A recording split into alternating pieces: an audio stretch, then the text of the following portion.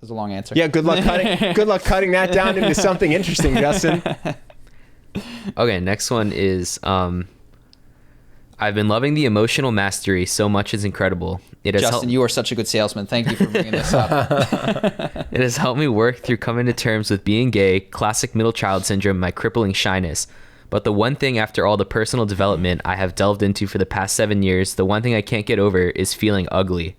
Is there any advice for a person who can't just shake the feeling of being unattractive, especially in a family of good-looking people, where it's a high-value trait that I can't seem to live up to? It's hard because I can't help comparing myself not only to everyone in my family, but also everyone I meet. And sometimes it feels like who I am would matter more if I was better looking, let alone when it comes to finding love. I know this is the core of emotional mastery, so maybe I also have to be patient, but any supplementary pieces of wisdom would be appreciated. Sure. Can I hop in with some quick stuff? Go. So I think there's two things. One is I think it's totally fine to be concerned with how you look, if that translates to just trying to maximize yourself, trying to be relatively fit, be relatively well-groomed, this and that. I think when it becomes something that you're obsessed with, and especially something you idolize, that's the downside. So I don't want my answer to think for people to be like, oh, like this Stop means showering. just ignore this, or like that the gym has no value. I think there's value to presenting yourself the best you can given your genetics. But something you said was, I think this is getting in the way specifically of finding love. I have not seen in my life that the better looking people get better relationships. Better looking people might get better looking people in their relationships, but doesn't seem to translate to being happier or finding someone that makes you happy.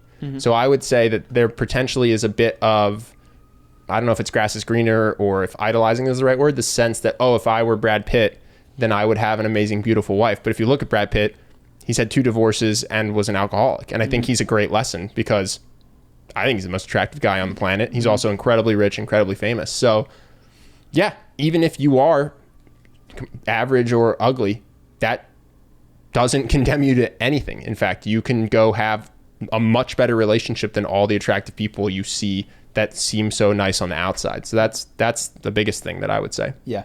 And so Ben's advice is 100, I think, is very true. What's interesting is that these things are often obvious and we might have heard them before, but they don't stick. And they sometimes don't stick because it goes back to a core thing for where you got the message at some point in your life, probably when you were very young, childhood, that looking good equals love. And so I could tell you, and you could see that looking good doesn't equal love, and you could find, but it's not going anywhere. So oftentimes what happens, and this is why if you go to week 2, you go to the trigger meditation. I know that this one might be deep, so it can take some time to crack. We've also mentioned psychedelics, that if not to push, but holotropic breath work, or even psychedelics if they call to you. MDMA is particularly strong for trauma. So if you find a safe place to do it with somebody who knows what they're doing. Let's say MDMA therapy. MDMA therapy, yeah. Which is different from doing MDMA. Yeah. So that's... You go to a club and rip a bunch of MDMA, it will not help with this problem. This can take you deep into these core problems, and it sounds like this is very, very, very core. So what you'll often find is that you get these triggers. So I mentioned a trigger of people accepting stimulus checks, and you might see that somebody's very handsome, and the winding circuitous path back to its root is oftentimes obscured.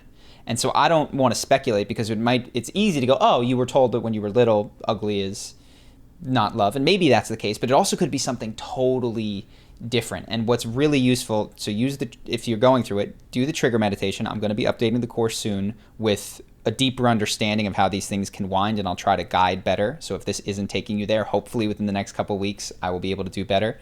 You can additionally add breath work prior to these, the trigger meditation, which again, I'm going to include in the course in a few weeks. But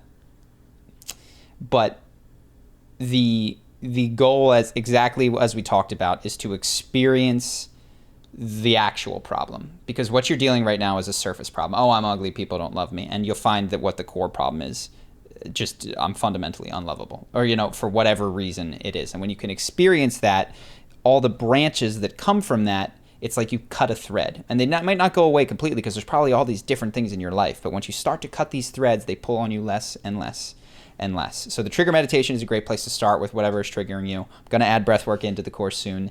And if you want the path of fire, psychedelics can just, with a strong intention, can cut right through and hit it very, very quickly. Yeah. But yeah, your looks are not getting in the way of love. They may be getting in the way of validation via having a person that you think makes you look good to the outside world. But you're good. Some of the happiest people I know are not conventionally attractive. So. And what's funny is, and I don't want to bank on this, oftentimes I'll hear this from somebody and then I'll see them and I'll be like, you're not ugly. like what? Like, and it's funny how our perceptions of ourselves will purposefully filter, that person said so and that person said so, never mind the other 6 people who said no, you're totally fine, like, and 2 of them who are like, actually I'm quite attracted to you. Like, that just all gets left to the side.